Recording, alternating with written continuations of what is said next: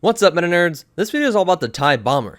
Like the other TIEs, it was manufactured by Fleet Systems, a company that dates all the way back to the Old Republic. And with the success of the TIE Fighter, the Empire commissioned Fleet Systems to have a bomber variant that incorporated a lot of the same dependable technology. The wings on the side were solar arrays, generating heat that would be converted into electrical energy, which would then be driven into the twin ion engines. Ion engines are real technology that we have today that exists on a lot of satellites. The TIE would take the electricity generated from the wings, shooting electrons into a radioactive gas, ionizing it, which then accelerates it out of the back of the TIE bomber, creating thrust that moves it forward. It also had a pair of maneuvering jets up front, which could help it slow down or make minor adjustments. And just to get the whole thing off the ground in the first place, it had a series of repulsor lift generators tucked underneath this middle part. The most obvious difference of the TIE bomber from the TIE fighter is the fact that it has two holes. The pilot would sit here on the left, and the right hole contained different types of explosive ordnances. The center here contained a pair of launcher tubes, which could be filled with either 8 proton torpedoes or 16 concussion missiles. But interestingly, on some rare circumstances, the bomber hull also had space for 64 thermal detonators, 4 proton bombs, 6 space mines, or get this, thousands of propaganda pamphlets. And although this wasn't a fighter, it still had a pair of LS-1 laser cannons, just in case it ever did find itself in a dogfight.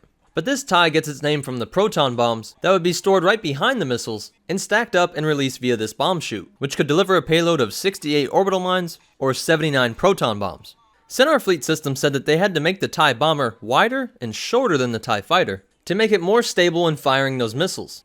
This extra weight and wider profile made it much slower than the TIE fighter, but it was relatively good at maneuvering, with a maneuverability rating of 86 compared to only 59 for the Y-wing. The top atmospheric speed for a TIE bomber was only 850 kilometers per hour, or about 528 miles per hour, making it about the same speed as some World War II bombers. They also had to add specialized targeting systems for bombing runs, and it's said that these were so accurate that during one mission, bombers were able to take out a rebel-occupied tower without destroying any of the surrounding buildings in this crowded city. Like the TIE fighter, the TIE bomber lacked any shielding, but it did have thicker hull plating, which was made of titanium. But honestly, the Empire knew that this wasn't enough protection from rebel starfighters, and TIE bombers were almost always escorted by TIE fighters, with each Imperial Star Destroyer normally carrying a squadron of 12 bombers. And the Empire developed some pretty advanced tactics, where the TIE fighters would be more aggressive, bringing the fight to rebel pilots, while the TIE bombers could either focus on delivering their payload, or use some of those concussion missiles and proton torpedoes to lock onto the preoccupied rebel pilot. The TIE bomber had very sophisticated anti-jamming technology, so that all of their targeting systems could work even as they approached rebel capital ships. And interestingly, TIE bombers do have life support systems, but the TIE bomber pilots still wore environmental suits, which provided it with additional oxygen, and because they usually did go with the escort, they were more likely to eject into space, hoping that the other pilots would be able to protect them and call for backup to help scoop them out of empty space. The TIE bomber's history starts when it replaces the TIE GT, TIE ground targeting starfighter, which was nearly identical in design to a TIE fighter, but made room for its ordnance by extending this hull.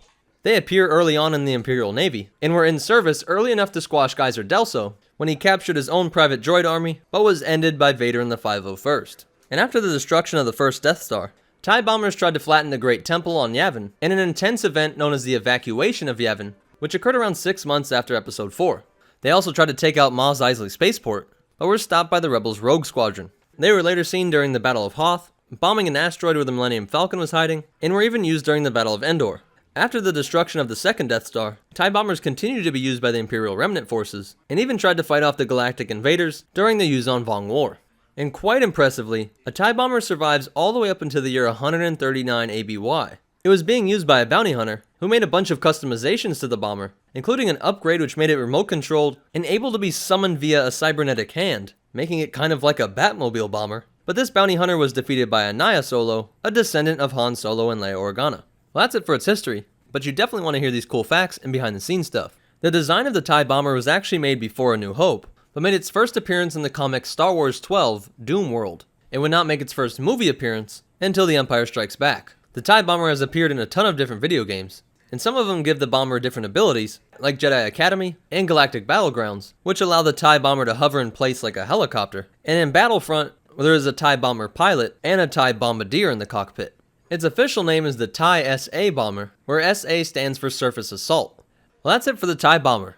If you liked it, go ahead and hit that like button, and be sure to leave a comment down below if I missed any cool facts, or if you have a suggestion for future videos. Be sure to follow us on Instagram at MetaNerdz Lore, so you can see us build Star Wars props and cosplays, along with some other cool Star Wars stuff. If you want to help support this channel, check out the description below for our Amazon store and our Patreon. And be sure to subscribe, because we're making videos like this every single day.